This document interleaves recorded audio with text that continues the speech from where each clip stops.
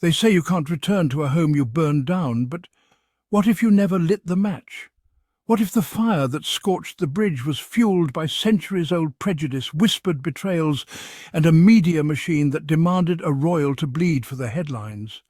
Today we're diving into broadcaster Esther Krakue's recent comments on Prince Harry, and why her take, like so many in the British commentariat, misses the entire point.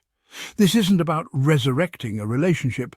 This is about truth, consequence, and a man who did what the rest of them never had the courage to do. Let's begin. Krakue says Harry destroyed the relationship. Let's pause right there. If being honest about trauma, racism, neglect and tabloid abuse is called destruction, what does that say about what was built in the first place? Are we really saying that a relationship only survives as long as it remains silent and complicit? Let's be clear. Harry didn't destroy the monarchy. He held up a mirror. And what stared back wasn't a fairy tale. It was a centuries-old institution that feeds off hierarchy, silence and sacrifice. Sacrifice that, for some reason, always lands hardest on the shoulders of those who dare to step out of line, especially if that line involves marrying a strong black American woman. This isn't destruction. This is revelation. Just as nature mirrors the health of its surroundings, people within powerful systems reflect the strengths and weaknesses of those institutions. When the environment is troubled, the reflection is never calm. Prince Harry didn't invent the monarchy's problems, he simply brought them into the light. The backlash against his honesty reveals how deeply the institution resists scrutiny and change, preferring tradition over transparency. Royals are expected to sacrifice personal happiness for the sake of duty and image, but Harry and Meghan bravely questioned whether this sacrifice was truly worth the cost to their well-being. Their repeated pleas for understanding and support were dismissed, and rather than addressing the underlying issues, the institution chose to isolate and distance them further. For Harry, his actions were rooted in a desire to protect his family, not to rebel. He recognized the same harmful patterns that once threatened his mother, Princess Diana, and was determined not to let history repeat itself. Their decision to leave wasn't an act of abandonment, it was a heartfelt plea for meaningful change and a healthier future. The real conflict lies between a rigid system demanding conformity and a family's fundamental need for safety, compassion and understanding. Ultimately, Harry's departure is not the root cause of the monarchy's troubles. It is a visible symptom of deeper, unresolved issues within the institution. Every ecosystem demands adaptation. The monarchy is no different. Royals sacrifice privacy and freedom for the institution's sake. For Harry, the cost became too high. His family's well-being was at stake. The system's refusal to adapt pushed them out, not their desire to leave. Their honesty was punished, exposing the gilded cage for what it is. Harry's choice was not selfishness, but love and responsibility. He defended his family, challenging the meaning of royal duty. Sometimes protecting those you love means leaving the only home you've known. True duty is to those who depend on you most.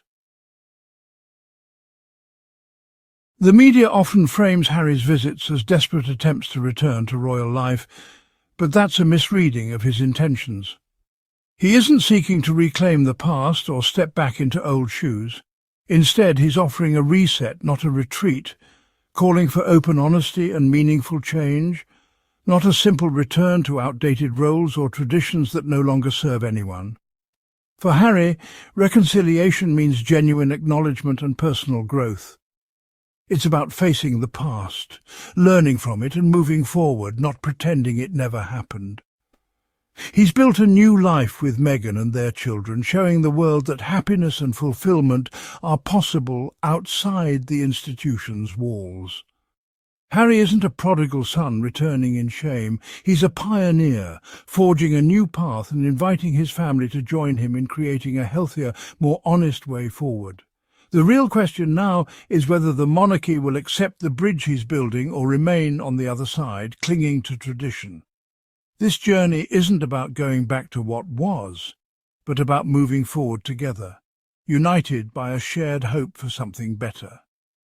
Healing old wounds requires courage and vulnerability from both sides, a willingness to listen and to change. The invitation remains open to meet in a new place, one built on truth, respect, and the promise of a brighter future for all. Many believe leaving royalty means losing everything, but Harry proved otherwise. He's built a life of purpose and freedom, thriving beyond the palace. As a husband, father, and advocate, he's found meaning outside royal duty. His success challenges the idea that happiness depends on status or tradition. Harry's story is one of liberation, choosing family and authenticity over inherited roles. He's shown that a different path is possible, inspiring others to seek their own happiness. His children now have privacy and freedom, not just titles. True success is defined by values, not birthright. Harry's journey redefines what it means to put family first.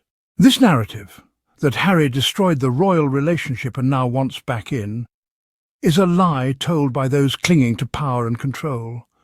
Harry didn't destroy anything. He exposed the rot. And in doing so, he gave the royals their greatest opportunity in centuries, to confront who they really are and who they might become if only they were brave enough to listen. Reconciliation isn't about returning to the past. It's about building something better than what broke you. So no, Harry isn't coming back. He's standing still, tall and free. And the only ones fumbling in the ashes are those who thought burning him would keep them warm. If you found this awakening, hit that like button, subscribe, and share this with someone who still thinks Harry's the villain of this story. Because truth burns brighter than propaganda, and it's time we saw through the smoke. Until next time, I'm Adrian.